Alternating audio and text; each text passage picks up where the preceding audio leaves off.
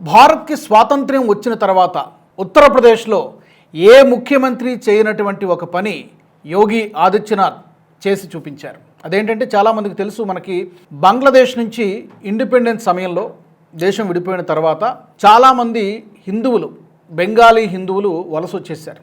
అందులో వేరువేరు రాష్ట్రాల్లో సెటిల్ అయినటువంటి వాళ్ళు ఉన్నారు. ఉత్తరప్రదేశ్లో దాదాపు గత 70 సంవత్సరాలుగా అక్కడే ఉంటూ ఎలాంటి జీవనాధారం లేకుండా, పర్టికులర్గా ఉండడానికి ఇల్లు లేకుండా ఉన్నటువంటి కుటుంబాలు చాలా ఉన్నాయి. అలాంటి శరణార్థులుగా వచ్చి ఇక్కడే ఉండి సరైనటువంటి ఆధారం లేకుండా ఉన్నటువంటి ఒక 330 కుటుంబాలు సుమారుగా, ఇంకెక్కువే ఉండొచ్చు, ప్రభుత్వం చెబుతున్నటువంటి లెక్క ఏంటంటే 330 ఈ శరణార్థుల కుటుంబాలకు, బెంగాలీ హిందువులకు కొంత భూమిని కేటాయించి వాళ్ళకి ఆ భూమికి సంబంధించి హక్కుల్ని కూడా కేటాయిస్తూ పట్టాలు కూడా పంపిణీ చేయడం జరిగింది యూపీ సీఎం యోగి ఆదిత్యనాథ్. నిజానికి మరి ఇలాంటి ఆలోచన ఉత్తరప్రదేశ్లో ఇన్ని ప్రభుత్వాలు మారాయి, ఇంతమంది ముఖ్యమంత్రులు వచ్చారు, ఎవరు కూడా ఆ ప్రయత్నం చేయలేదు, ఆ దిశగా ఆలోచించలేదు.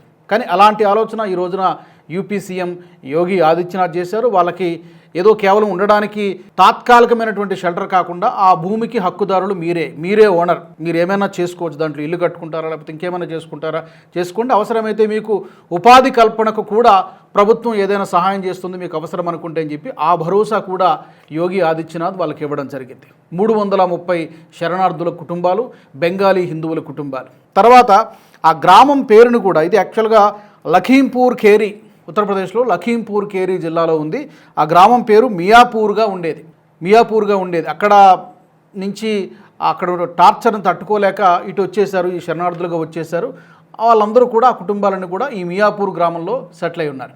మరి మియాపూర్ పేరు ఎందుకు ఉండాలి? అక్కడ ఉన్నటువంటి వాళ్ళందరూ కూడా హిందువులైనప్పుడు, శరణార్థులైనప్పుడు దాన్ని రవీంద్రనాథ్ ఠాగూర్, మహాకవి రవీంద్రనాథ్ ఠాగూర్ పేరు మీద మియాపూర్ నుంచి రవీంద్రనగర్ అనేటువంటి పేరును మారుస్తూ ఆ గ్రామం పేరును కూడా యూపీ సీఎం యోగి ఆదిత్యనాథ్ మార్చేశారు. దీంతో పాటు ఇంకా ఎవరైనా ప్రభుత్వం దృష్టికి రానటువంటి ఇలాంటి కుటుంబాలు ఏమైనా ఉండి ఉంటే, శరణార్థులుగా వచ్చి, అది పాకిస్తాన్ నుంచి కావచ్చు, లేకపోతే బంగ్లాదేశ్ నుంచి కావచ్చు, ఇంకెక్కడి నుంచి అయినా వచ్చి ఇక్కడే ఉండి ఎలాంటి ఆధారం లేకుండా, ఎలాంటి బ్రతుకు తెరువు లేకుండా ఉన్నవాళ్ళు ఉంటే తప్పకుండా ప్రభుత్వం దృష్టికి మీరు తీసుకురండి, ప్రభుత్వం మిమ్మల్ని ఆదుకుంటుంది, మీ ఉన్నది అందుకే అని చెప్పి యోగి ఇలాంటి కుటుంబాలకు ఒక భరోసా ఇచ్చారు. ఒక ఎగ్జాంపులరీ డెసిషన్, గతంలో ఏ ముఖ్యమంత్రి చేయనటువంటి పని యోగి చేసి చూపించారు. మరి హ్యాట్స్ ఆఫ్ చెప్పాల్సిందే ఈ విషయంలో. నిజానికి ఏంటంటే ఈరోజు ఉన్నటువంటి ప్రస్తుత రాజకీయాల్లో ప్రతి నిర్ణయాన్ని కూడా ఓట్లకు ముడిపెట్టి, ఓటు బ్యాంకుకు ముడిపెట్టి నిర్ణయాలు తీసుకున్నటువంటి చాలా వరకు అందరూ అలాగే ఉన్నారు, అన్ని పార్టీలు అలాగే ఉన్నాయని చెప్పలేం. కానీ రాజకీయాల్లో పాజిటివ్ నెగిటివ్ రెండు ఉంటాయి. బట్ మెజారిటీ శాతం అలాంటి రాజకీయ పార్టీలే ఉన్నాయి, అలాంటి ముఖ్యమంత్రులే ఉన్నారు. కానీ అలాంటి తరుణంలో కూడా ఓట్లతో సంబంధం లేకుండా, ఓటు బ్యాంకుతో సంబంధం లేకుండా మనం పవర్లో ఉన్నాం కాబట్టి నమ్ముకున్నటువంటి వాళ్ళకి అన్యాయం జరుగుతున్నటువంటి ప్రజలకు ఏదైనా చేయాలనేటువంటి ఉద్దేశంతో యోగి ఆదిత్యనాథ్ ఒక మంచి నిర్ణయం తీసుకున్నారు. 330 కుటుంబాల ఆ కుటుంబ సభ్యుల్లో ముఖాల్లో ఆనందం అనేది ఈ రోజున కనబడుతోంది. Hats off to Yogi.